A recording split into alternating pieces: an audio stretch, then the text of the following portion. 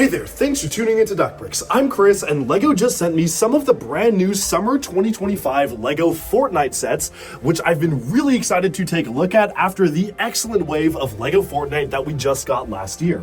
Of course, I'm excited to add some of the new minifigures to my collection of Fortnite minifigures down here. There's actually 2 new versions of Peely to be added to the wall. But of course, some of these models are very, very unique. We have all sorts of different creatures, a set that's actually based off of the Brick Odyssey version of the game, which is really exciting and basically the #1 thing I wanted from LEGO Fortnite from when it launched, and so much more. And so, let's jump into my early review of some of these brand new Fortnite sets right now, and stay tuned because I will be reviewing the Cuddle Team Leader gigantic mech as soon as it comes out and as soon as I can get my hands on it. So thank you so much for watching, and let's jump into the review.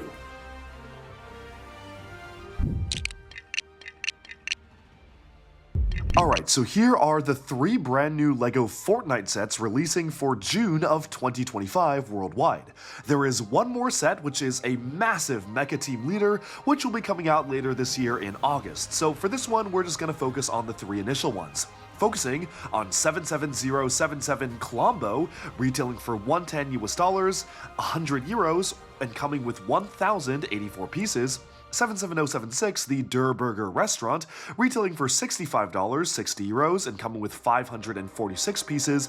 And then finally, the smallest set of the wave, 77075 Peely and Sparkplug's camp, retailing for $23, 20 euros, and 250 pieces. This is a really interesting wave for LEGO Fortnite because it does what the initial wave didn't, and that is giving us minifigure scale playsets that actually correspond to what you can see in the LEGO Fortnite Odyssey game. In fact, all 3 of these sets are basically meant to depict different scenarios that you can find when playing the game yourself, which is something I really wanted from that initial Fortnite wave, which instead was more focused on buildable sculptures, large-scale characters, and even just one regular battle bus, which was a necessity but not necessarily something that made a direct correlation to the main game mode itself for LEGO Fortnite Odyssey. And I'm really glad this second wave fixes that. It gives you a variety of tools, weapons, and builds that you can literally see in-game and play around with, and of course gives you a large-scale creature as well, which works on its own as just a giant LEGO Fortnite creature, but also is pretty much to scale and nearly identical to the model that appears in the game.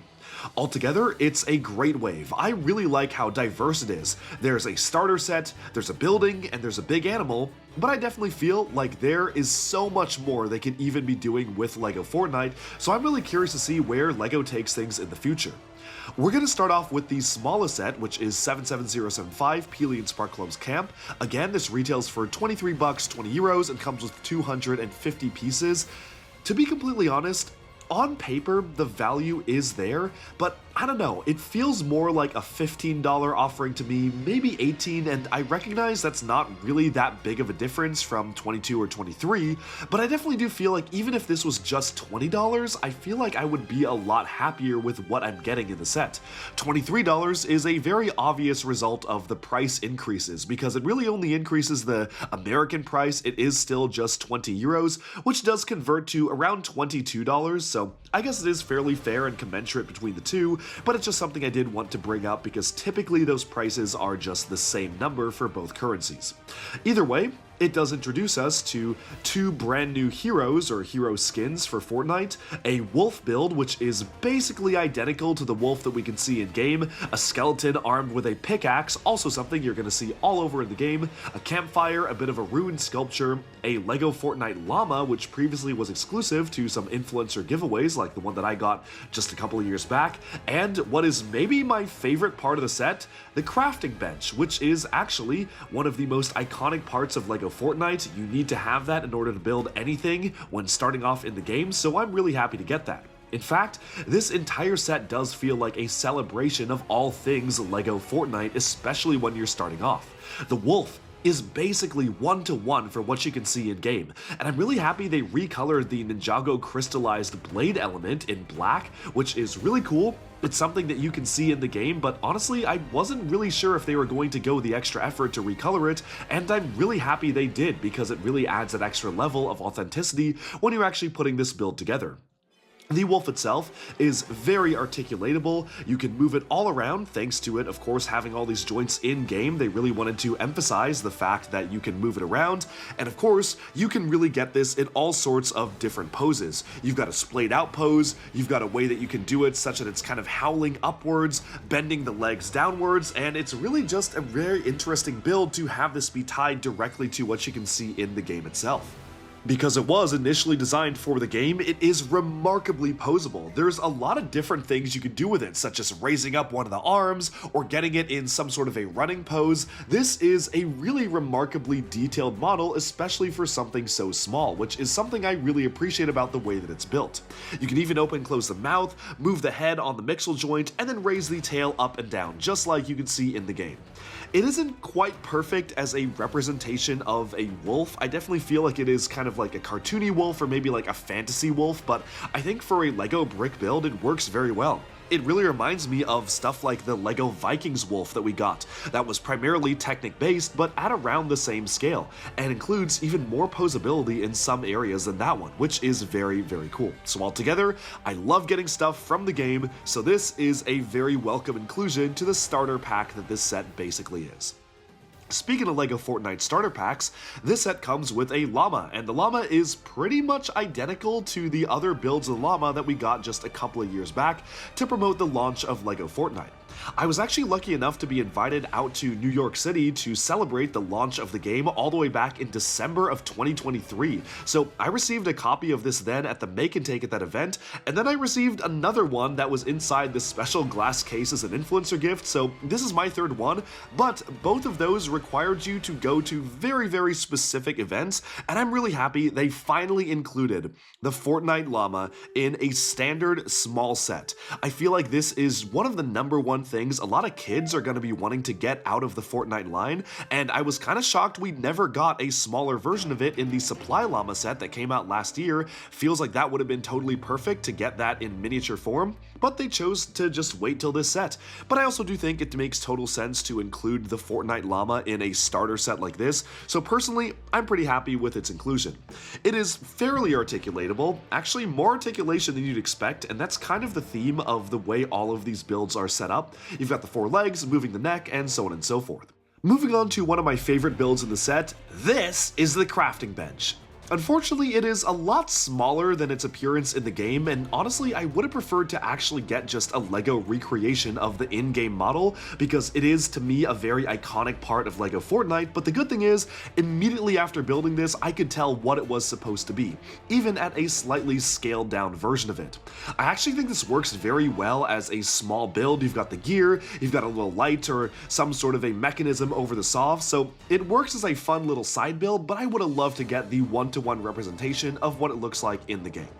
The same goes for the campfire, which is a little bit scaled down compared to the actual model in the game itself. It's not that badly scaled down, but honestly, I really do miss having a gray border of stones around this. I think that would have added a lot to the build.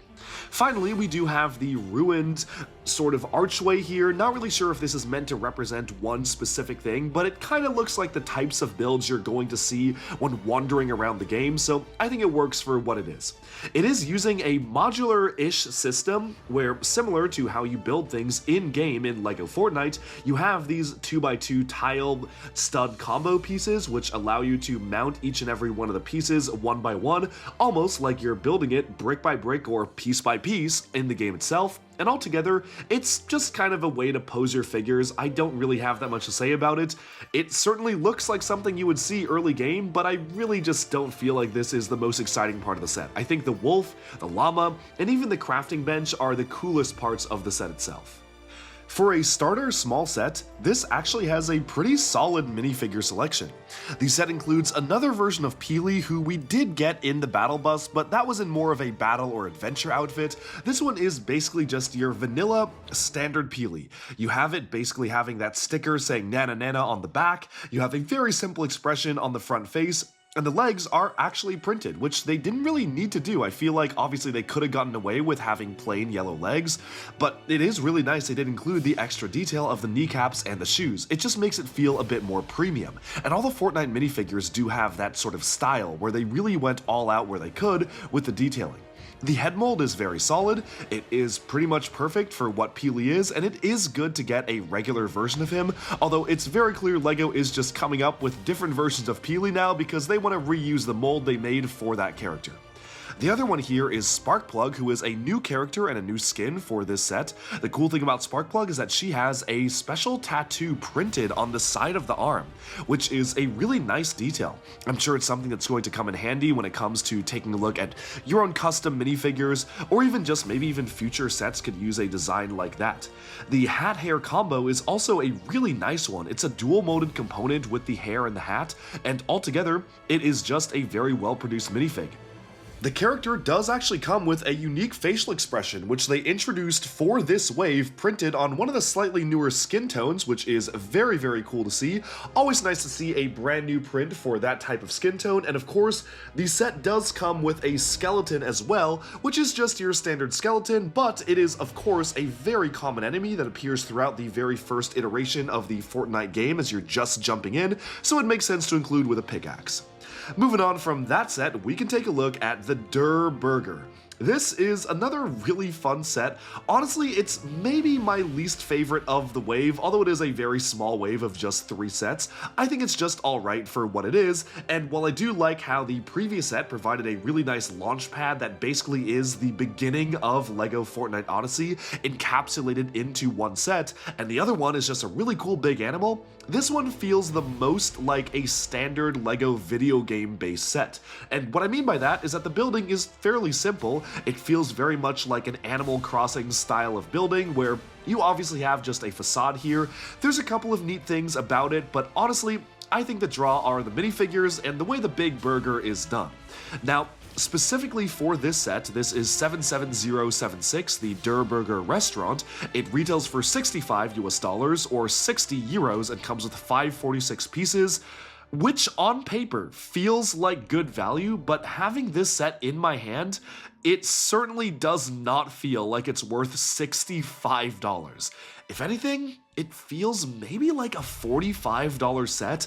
50 would honestly be a stretch, but I'll talk about that a little bit more as we get into the rest of the build. One thing I do like about this build is the theming. It is remarkably well themed.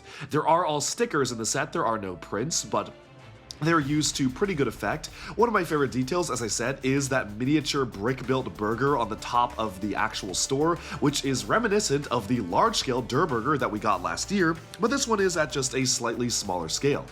The restaurant itself is very, very simple in the way it's built, but that's actually by design. The way you literally put this together is the exact same way you would build this in the LEGO Fortnite game. So I will say props for authenticity, and I'll explain what I mean by that in a second when I take this bad boy apart. But first, let's inspect the interior. The interior is pretty charming, but it definitely isn't as detailed as it could be. There's a drink machine, there is a place to get some condiments, and honestly I think my favorite part about the interior is the way they actually did the juice cup here, which you can see a little straw sticking out, and that effect is achieved by sticking a unicorn horn inside of a 1x1 hollow stud and then putting a cone around it. You have a very simple build for a burger and a cash register, but I feel like the big thing missing from the inside of the set is some place to actually have your minifigures sit down, which is a very egregious thing that feels like should be in every restaurant. There's a little plant growing on the side that looks identical to what you would see in game, which is nice, and the attic itself has a spider, which of course you can find as one of the enemies in the game, and a crate full of ingredients and items that you would just see as part of LEGO Fortnite. 2 pieces of dynamite, a chili pepper, and a shovel. So all different tools that you can find useful in the game in a crate. I think it is nice that all of these sets do include different things that are explicitly meant to reference things that you can see, build, and play with in the game itself, but I definitely would have preferred that some of those pieces went into just a little bit more interior detailing. Moving on to the top sign, you have a very large sticker saying Durrr Burger and then this very clever brick-built orange hamburger. I really like this because it is just kind of an extension of that giant Durrr Burger that we got last year, but just at a smaller scale. You've got the tongue hanging out, you've got a really nice coloration of those relatively new 3x3 curved corner rounded elements to make up the sides of the burger, and then of course you can open and close the mouth, make it look like he's talking, moving around, and you can even angle this in all sorts of different ways. The way it's mounted is on a very sturdy connection. It's a series of different pins and LEGO Technic connectors, but it does stay in place and allow you to move it in all different directions, like spinning it around or having the burger look up and down. And I think that is one of the better parts of the way this is built. Interestingly, you have a spot to include another one if you wanted to. The parts obviously aren't included for that, but they do just leave an exposed Technic axle if you want to stick something else on there. So maybe that's just for if you want to move it to the other side, but I think it is nice they did include just a few extra pieces to continue to customize the set on your own. Moving into this next piece here, this is again a pretty charming part of the set. You have these little dish elements being used to make up a very small burger face, and that's really where the seating comes in. And I like the seating at the front of the restaurant, but it would have been nice to get some on the inside too. But now, let's take a look at how this all comes apart. Again, as I mentioned, the way that you build this set is by only building individual components, just like you would in the LEGO Fortnite game, which, if you haven't played, is based around gathering different ingredients which you can use to build your own pieces, and then using those pieces to build a larger sculpture. So for instance, if I wanted to build something like this, I would go out and collect a ton of wood and stone and a ton of other blocks, I'm sure, and then come together and build a ton of pillars, and build a door, and build some windows, and then the instructions in-game would have you construct it like this. Because of that, there's a lot of different configurations that you can do given the individual components of this set. In fact, the instruction manual encourages you to play around with it and try different types of builds for the Durrr Burger restaurant, which is a pretty fun detail. Honestly, there's not much you can do with it though, and really, the modularity is basically in name only until we get more LEGO Fortnite sets like this, because the most shocking thing you can do about this is, oh my, you can move the door to the other side, or maybe move the door to the side of the building instead, which I guess is neat, but honestly, not the most exciting thing. Personally, I would love for LEGO to do something like one of the big palaces or temples that they've done in Fortnite. And of course, you can choose to mount these side components any way you want, so if I wanted the seating on the side I could, or the plant in the front I could as well, but until we get more modular components, this is going to feel very self-contained into just this set. Still, I do like that they did manage to integrate that LEGO Fortnite build experience digitally into the physical set itself. Moving on to the minifigures, these of course are some of the highlight figures of the set. And finally, we are getting a Durrr Burger minifigure. I still think we should have gotten a minifigure version of Durrr Burger when we got the large set based off of him, or the large scale burger, last year, but I guess better late than never. All the minifigs are outfitted with accessories that you would wield in-game, and this of course does have full-on printing on the torso and legs and a brand new mold introduced for the head, which is definitely one of my favorite aspects of this particular lineup, is that LEGO Fortnite is not afraid to just introduce a one-off mold for a head and then just use it for a specific character. The other quote-unquote hero character that you can get for this set here is Beef Boss. Now, Beef Boss is just another fun little standard character that feels more like a civilian character than anything, but it is nice that they do unlock a specialized skin for you to play in Fortnite by buying this set. You've got the unicorn on the torso, a dual molded hat, a very simple brown shield, almost like this player is just starting off in the game, and just a kind of series of hearts on the back, where again, if I didn't know about LEGO Fortnite at all or didn't know the significance of the llama, I totally believe that that would just be a regular LEGO City minifigure just in flesh tone. The final figure we get is Grimy. Now, LEGO did specifically try to include skins that look a little villainous compared to the others, and this one definitely feels more villainous than some of the other characters, although again, these are just supposed to all be player characters, so I guess they're technically all on the same side. Grimy is maybe the least detailed LEGO Fortnite minifig yet, but it is still a really fun design. You've got the angled eyes, you have the black hood, no alternate face, but I do think it is a pretty fun design just to get this mysterious cloaked villain or darker shade of character in a hoodie, which is very nice to see. Altogether, this set is undoubtedly overpriced. 546 pieces, $65. Maybe there's a world in where that could make sense, but that's not the world I'm living in, and I don't think that's a world I want to be living in. Especially for a set like this, it really feels like the restaurant is quite small. I am struggling to figure out where all the pieces went into. I guess the burger takes up a lot of little pieces, there's some interior detail, but altogether, I certainly feel like we could have gotten a bit better value on this. Make it $45, make it $50, and I honestly think it would have sold a lot better than it might sell now. But now it's time to go on to the big one, the KLOMBO. This is a KLOMBO. The KLOMBO is one of the creatures that has appeared in Fortnite long before LEGO Fortnite, but actually appeared in LEGO Fortnite last year.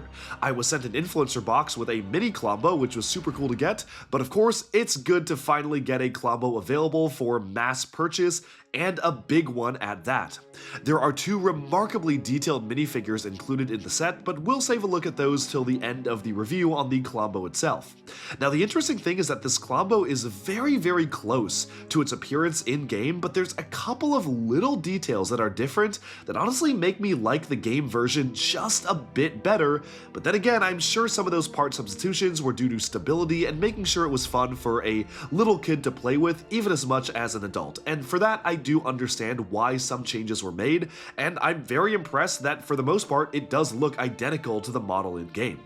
Sure, the in-game model is knee joints and it's using LEGO Knight's shields as the side frills on the side of the head instead of just the standard Donkey Kong leaf element, and of course the legs are mounted on ball joints instead of these ratchet joints, but for the most part, it is very close to even the exact pieces used for the head, or for the sides of the leg. They're using 2x2 plates instead of 2x2 tile plates, but I mean besides that, it is pretty close to what you see in game. There's a small plant in which the creature can eat from, which is also very close to what you can see in the game itself. Those are always the ones you make a beeline for because eating food is always good in game. You want to refresh your health and be able to keep that food bar up as well, but let's focus in on the KLOMBO itself.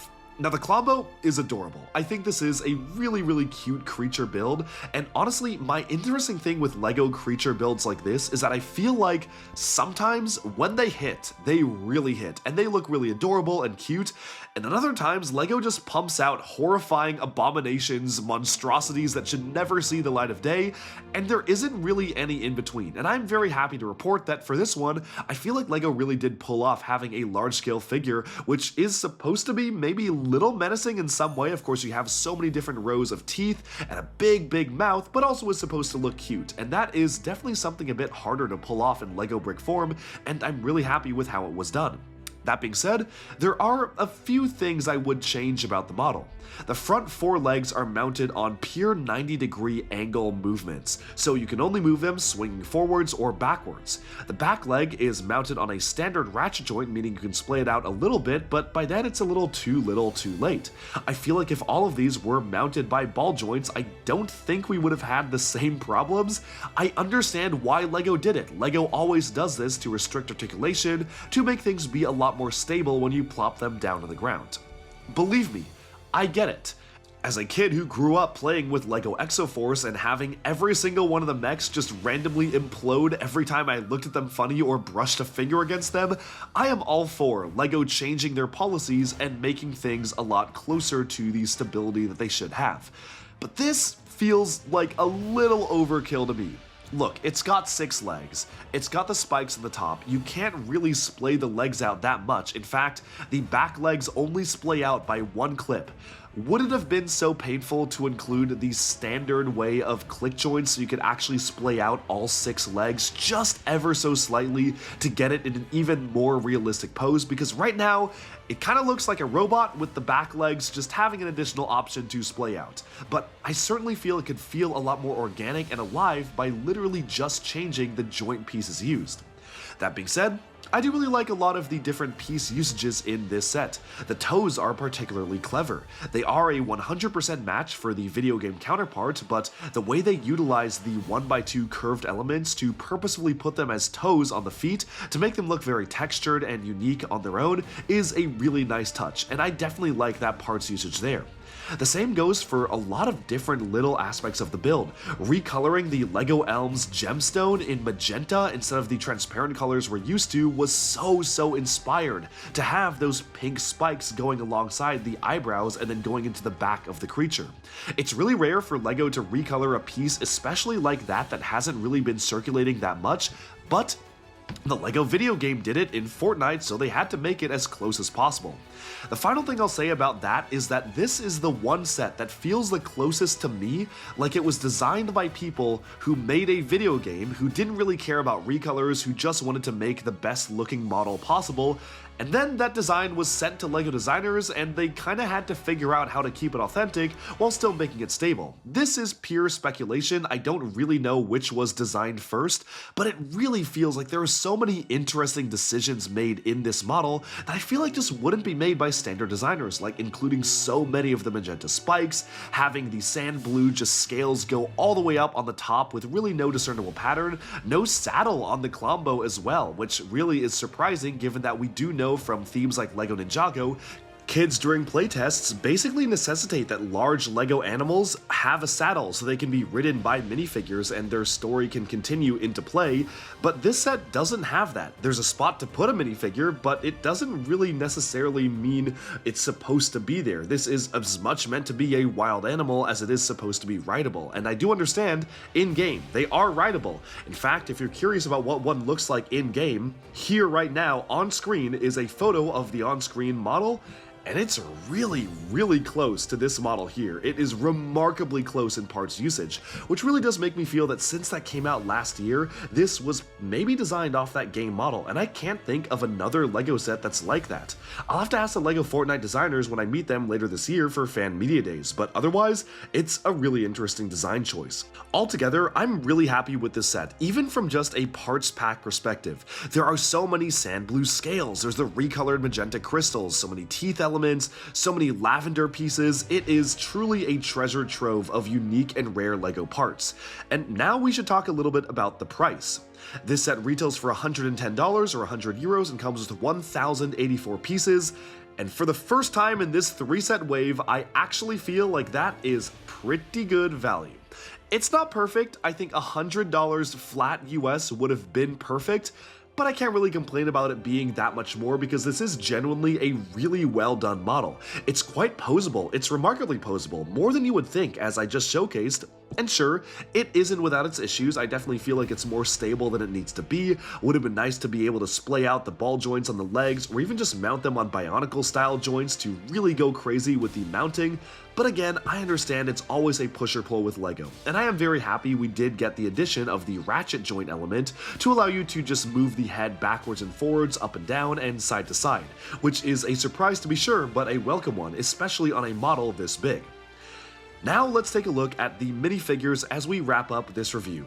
To the surprise of no one, we do get our third variation of Peely, specifically Island Adventure Peely, where clearly he has gotten tangled with the Keepers of the Amulet from Ninjago because he has just very similar Islander style printing on him, which I think is a neat design, but I honestly would have preferred just getting a different character other than Peely in a set like this. But I do understand, the way LEGO works is the more you use a specialized mold in across different sets, the more they can justify having it be made. Moving onwards to the other minifig here, which is a lot more interesting to me, this is Oro. Oro has a brand new dual molded component for the crown, and I just love the design of this minifigure. I feel like this minifig could fit right at home in a LEGO castle sub-theme. I'm sure minifig customizers are going to love this figure and just use the pieces for all sorts of different things. As a representation of the actual skin suit, I think it looks pretty good as well. They basically needed LEGO to create a brand new mold for this very specific character, and I would be surprised if we ever saw that mold again, but I'm really happy they did because it adds that extra layer of authenticity to the character, really having the golden crown, the little bits of dark tan poking out. It just is really nicely done. And with that, we have summed up my thoughts on the first wave of LEGO Fortnite sets coming out this summer in June, the 2025 wave of 3 sets. This was a lot easier than most of my other Mega reviews because I only had 3 sets to review, and as I'm recording this, I was literally partying all night. I got home at 5 AM, it's now 6 AM, and I am locked into this review, so I apologize in advance if I've said things that maybe were a little bit confusing or just were a little bit off the cuff in this review. I am literally very sleep deprived. I'm going on my second all-nighter, and none of this is relevant to the review, so let's get back to Fortnite. The composition of this wave is genuinely really interesting. You have a large-scale creature, which is kind of like those large-scale builds we got last year, but this one does come with 2 minifigs, which is really nice. You get a restaurant, which is meant to be something you can literally build in-game, and it builds the same way you would build it in-game, and you also have a starter pack, a way for you to get some of the initial components that you would want to start your adventure, and some of those initial enemies you would face when just jumping into Fortnite Odyssey. Really, the only thing missing to me here is a large-scale house or castle build. I would love to see a village rendered in a physical form, maybe like a snowy village because that's somewhat Asian inspired. You could do all sorts of different things with the amazing architectural builds that we've seen in LEGO Fortnite, and I really feel like these sets are just scratching the surface. But with that, we have summed up my thoughts on this wave of LEGO Fortnite, a smaller one this time, but I do feel like every set really counts, and those minifigures are stunning. That's all for me. Let me know in the comments, do you agree or disagree with my thoughts on the price, the minifigs, the builds, and everything? Which ones, if any, are you excited to pick up when they launch on June 1st, and what else do you want to see from the LEGO Fortnite theme? That's all for this video. Thank you so much for tuning in, and be sure to like and subscribe for even more LEGO news, reviews, discussion, and analyses coming your way very soon. Bye for now.